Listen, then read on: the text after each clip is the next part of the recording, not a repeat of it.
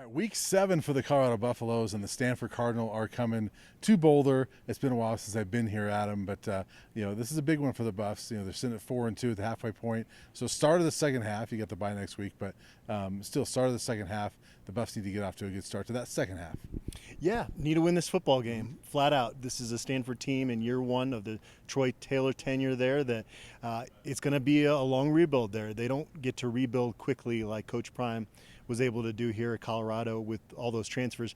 Stanford brought in 6 transfers, and that was a big deal for them because they only had one the year before. So it's a program that has always and will continue, even in the portal era, to be built by high school recruits. And those guys take time to develop. They only won 3 games last year and had 5 guys drafted. So this was a tough job to take over. And I think Troy Taylor, who I had on my initial hot boards when Carl Durrell got fired, at the early stages, you're just kind of throwing out hot names in coaching, and then you narrow it down as time went on. And as I looked at Troy Taylor, he had a really impressive resume, not as a head coach at the Power 5 level, but he's got that opportunity at Stanford. And this is the first time Stanford's really had a new head coach that's had to rebuild since the early 2000s when Jim Harbaugh took over there, because when David Shaw took over, that was already a program that was having success under Harbaugh. So it's going to be tough. That's going to be a program that's going to get better over time, I would think.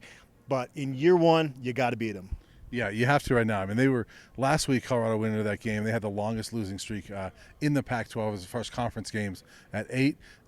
Getting that win at ASU, it's now Stanford and ASU that have that longest streak. They've lost 7 in a row. So you don't want to be the team that helps Stanford end their streak. And this is one that you're Colorado. You need to keep Stanford's losing streak in the Pac-12 going. We talked about last week was so big. If the Buffs are going to go to a bowl, they kind of had to win that game at Arizona State. I feel like they kind of have to win this one too, because you look at the last half of the season, and this is the most winnable football game. Yeah, and not only because it's a beatable team, but you don't want that losing feeling during the bye week, right? Now, one area to throw in there is that Stanford is coming off a bye week. Colorado has a short week, only 6 days to prepare. So that's one area when you look at this football game, you say Stanford probably has the edge just from a preparation standpoint. Now, could they come out a little slow, Stanford, because the timing gets lost a little bit with that much of a break versus Colorado that just played 6 days ago? Yeah. Maybe.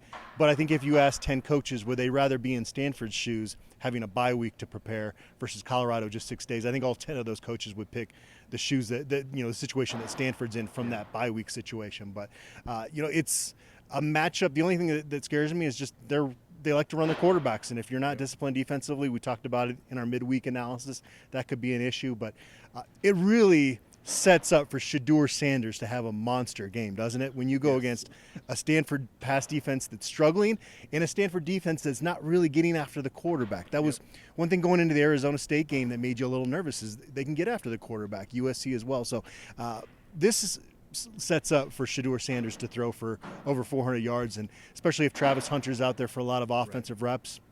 The trickle-down effect that I talked about, all of a sudden Zay Weaver's now the second player that the other team is focused on, and that trickles down to Jimmy Horn and Michael Harrison. So I expect a huge day from Colorado's offense. Yeah, and it also opens up a door for one of those other receivers that we've seen have big games occasionally, like a Tavarish Dawson, a Javon Antonio. We've seen those guys have their big days every once in a while. It helps when Travis Hunter is there, and so there could be that unsung hero as well. But you're right. I think it sets up for Colorado to have a big game in that regard.